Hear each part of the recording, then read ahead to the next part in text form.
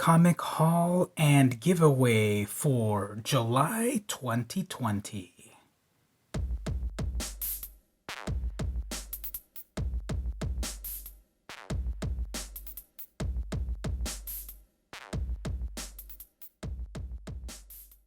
Hey everyone, it's VM Campos, comic book fan. Welcome to another comic book haul. I have one of these at the very end of every single month where I talk about the comics that I got that month. Plus, we also have a chance for a giveaway. No purchase necessary. Throughout the video, somewhere it will be revealed how do you enter the giveaway. So stay tuned. Alright, first up at Marvel Comics, I've got Spider-Man 2099 number 1. Now, I read Spider-Man back in the 90s, Spider-Man 2099 back in the 90s, back in 1993, the whole world of tomorrow, the whole 2099 world. And it was amazing to think, wow, these are stories from 100 years in the future.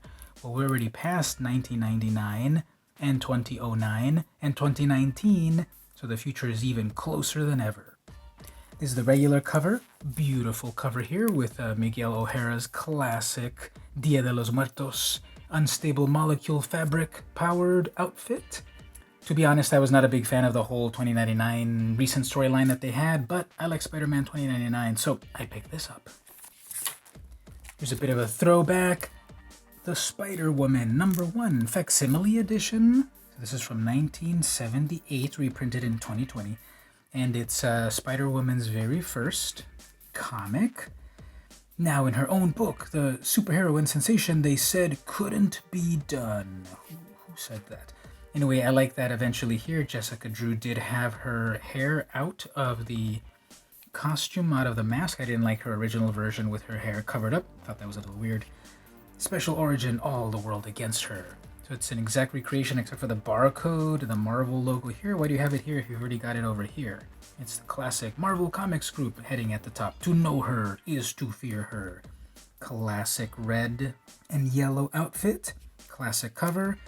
I kind of want to pick up an original Spider-Woman number 1. It's not that expensive off of eBay, but here's the facsimile edition to get me, to tide me over until then, straight with the original ads and everything. Pretty cool. Over at DC Comics, I picked up Batman. The Adventures Continue. So this is a sequel to Batman the Animated Series from the 90s. Regular cover number 1. Beautiful recreation of the original sort of intro to Batman the Animated Series. It's in the classic Bruce Timm style.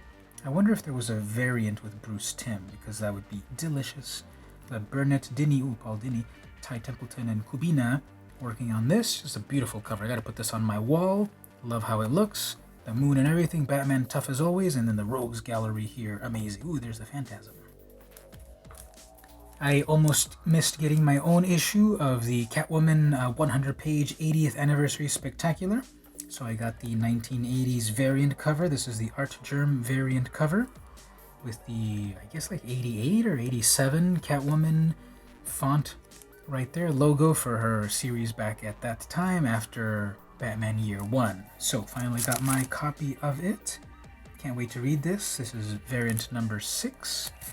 I was enjoying these 80, these 100-page 80th anniversaries. Robin, the Joker, Wonder Woman, etc. So really cool to get Catwoman's one. Alright, let's pause for the giveaway. So in order for you to enter the giveaway, no purchase necessary, head on over to my website, vmcampos.com/contact, and send me an email where you answer the question, my favorite Saturday morning cartoon was, and then tell me which one it was. Now, if you grew up in the age when there was no Saturday morning cartoons, just tell me your favorite childhood cartoon. But if you did have Saturday morning cartoons, go ahead and tell me what your favorite Saturday morning cartoon was. You'll be entered along with everyone else into the contest where you could win some cool comic books in appreciation for you watching my videos and liking and commenting and all that good stuff, and also sending the email there. You'll be entered into that contest, and by the next month, if you win, you will be alerted to that, and we'll be in touch, and you'll get some cool stuff. No purchase necessary. Tell your friends and family VM Campos has this giveaway going on to watch the video so they know what to do to enter. So, back to the show. Gotta go fast. Next up at Image, I picked up a bunch of Image books that I've been meaning to get that I wasn't able to get, but I went to one of the comic shops that has a little bit better back issue selection.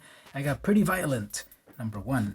I believe the full title is Pretty Violent with Swears. So I got one of the variant covers. This is variant cover #2, not by the regular artist. It's a little bit more realistic, pretty disturbing. We've got the main character here totally beating up some monsters. This is, I guess, Ryan Ottley cover. Looks pretty epic. Interior art is way more cartoony, like a Scotty Young Cartoon Network sort of style. Rated M for mature.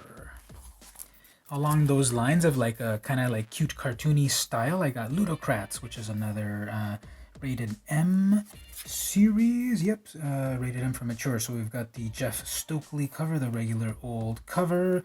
There's another one of these like cute art, but like violent plot types of comics that I would say Scotty Young pioneered, perhaps. If he didn't tell me all about it, who else could get the credit and such? So, Ludocrats, I know it's out on several issues by now. The pandemic screwed things up. But the comic shop finally had a copy for me, and it's not the April Fool's variant, is it? No, it seems to be the regular old cover. So, got a copy of that. Lastly, on Image, I got Thought Bubble, the Yorkshire Comic Art Festival Anthology 2019. Now, I believe Thought Bubble used to be published as a huge like tabloid size. There was like a big tabloid size folded into the shape of a comic, but it looks like now it's just published as comic book size.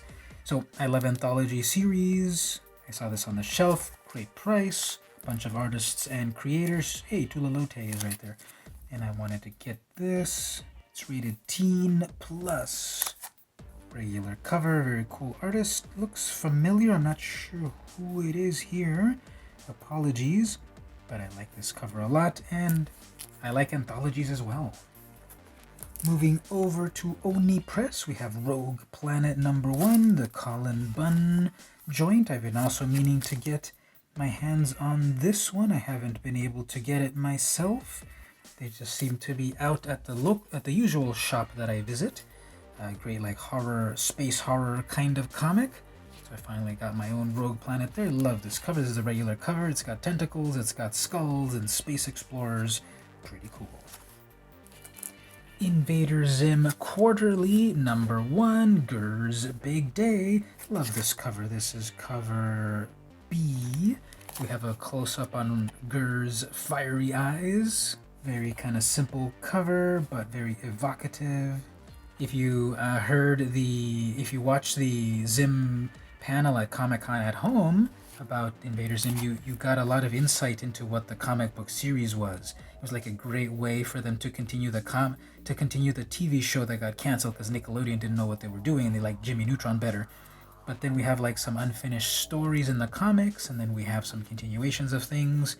And now it's going quarterly, so it's more pages, more stories and such. Invader Zim Quarterly #1, Gur's Bad Day. And speaking of which, I also picked up the final issue of Invader Zim #50, 50 whole issues at Oni Press. So they were 5 years in. Kind of hard to believe, 5 years at Oni Press, wow.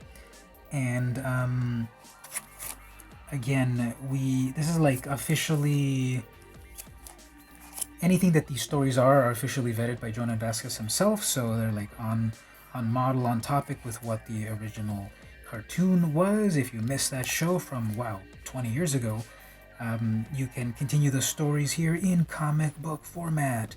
We've got Gur in his little dog outfit. We've got Zim and a whole bunch of cookies. I could go for a cookie right now. I'm kind of hungry. This is variant cover #2, final issue of Invader Zim. Over at Titan, I picked up Robotech Remix #1. This is cover C by Rico Renzi. I love that guy. So I don't know anything about this series at all, but I do know Robotech because I watched that back in the 80s. Amazing series. And I want to see what this remix is about. I don't know. Is it like the original Harmony Gold version of things? Is it a brand new interpretation? Is it part of like the original Japanese version of things? I do not know. But I got issue #1 from Titan Comics. Beautiful retro cover.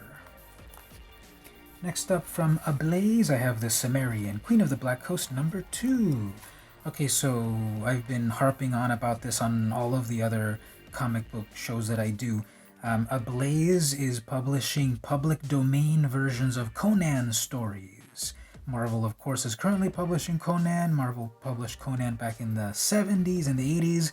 Then Dark Horse published it for several years. Looks like Dark Horse is losing a lot of licenses, unfortunately. They lost Star Wars, they lost Conan, they lost Predator. Hopefully not Aliens as well, but anyway.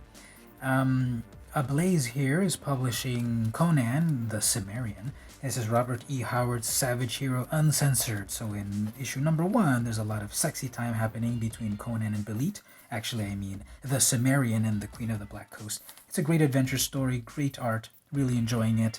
It also has like the text version of the story that this is based on, so it's kind of cool to see how the comic creator created the version coming from the page. So regular cover number 1, issue number 2, Queen of the Black Coast. And lastly, I picked up my copy of Brian Azzarello and Maria Lovett's Faithless, Volume 2, number 1, the Tulalote connecting erotic cover. No, I didn't get the rare one where they accidentally printed it with the sexy stuff right on the cover. I got the real cover that's blocked. But yeah, this is an erotic cover. I have not seen it yet, but Tulalote does some amazing art. I loved her work on Miss Fury after I got back into comics in 2014. I enjoyed Miss Fury, who of course has been around since the 40s. It's like a female Batman, published even before Wonder Woman herself. So this is volume 2 of Faithless. It's an erotic story about witchcraft and a bunch of fun stuff and demons and whatever. So I never paint dreams or nightmares. I paint my reality. Thus spoke Frida Kahlo. So this is volume 2, number 1, suggested for mature readers. Here we have a little detail about it. An erotic depiction of faith, sex, and the devil in the tradition of the Divine Comedy. This is from Boom Studios. Should I open this? Should I get more than one copy to have an unopened one that I can sell on eBay to make a whole bunch of money off of it? Nah. So there you go. That was my haul for this month. A bunch of independent comics. Most of these, as you see here, are number 1s. I kind of went on a kick about just getting a bunch of issue number 1s this month. Of course, you know that Zim is issue number 50, the final issue, and then Spider-Woman's a facsimile edition. But I went into my comic shop and bought a few issues that I had missed the first time around, bought the usual stuff that I like, because I'm trying out with hashtag Back the Comeback. So once again, if you'd like to get in on the giveaway, no purchase necessary. Find the spot in the video where I tell you what to do it, and then before the next month's comic haul at the end of next month, you could win some cool comic book stuff. In the meantime, I hope you like, comment, subscribe, ring the bell, tell your friends, and enjoy comics. This has been VM Campos, and I'll see you next time.